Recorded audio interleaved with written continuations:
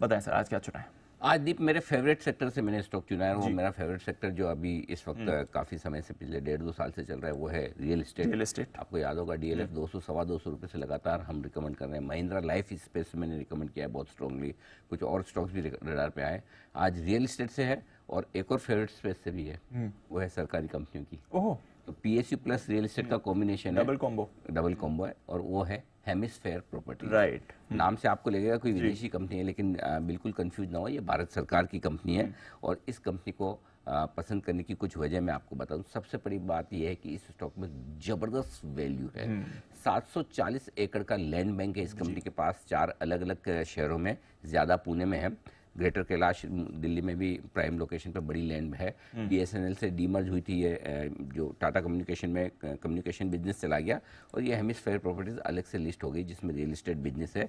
Eventually इसमें होगा ये कि सरकार इन सारी लैंड्स को आगे डेवलप करने का काम करेगी। और तो पहले डीप वैल्यू कैसे वो बता दूं। डीप इस वक्त हम इस कंपनी का मार्केट कैप है 3600 करोड़ रुपये, ठीक है।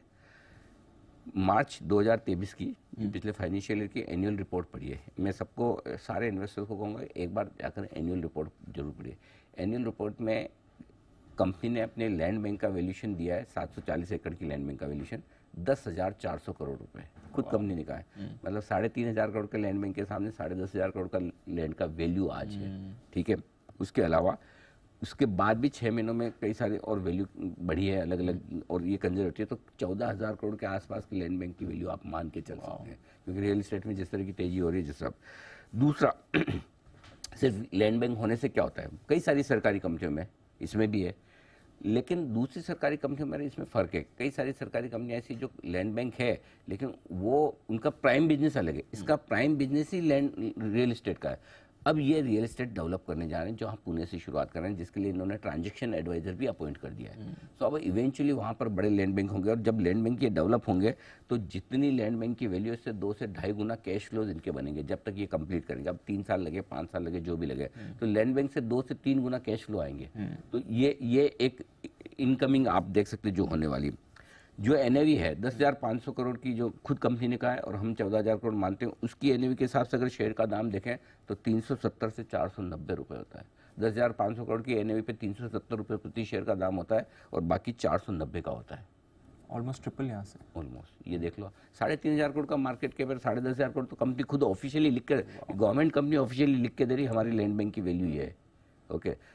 और अब इवेंचुअली 6 महीने साल भर में जब ये डेवलपमेंट के प्रोसेस शुरू होगी, तब स्टॉक धीरे धीरे रिएट होना शुरू करेगा। इसलिए मैं आपको कह रहा हूँ, ये स्टॉक डीप, फिर यही कहूँगा, ये मझगांव डॉग टाइप के स्टॉक्स हैं, इनको है ना आप टारगेट से मत खरीदिए, टाइम से खरीदिए। इस स्टॉक को आपको 3 से 5 साल के लिए लेके छोड़ देना 5 साल के लिए मिनिमम लेके छोड़ दिए, क्योंकि क्या होता है, लैंड डेवलपमेंट के काम है, सरकारी कंपनियां, टाइम लग सकता है कभी। आप खाली टाइम के साथ में इसको लेके छोड़ दीजिए, ये तब आपको प्रॉपर वैल्यू बना कर देगा, ठीक है।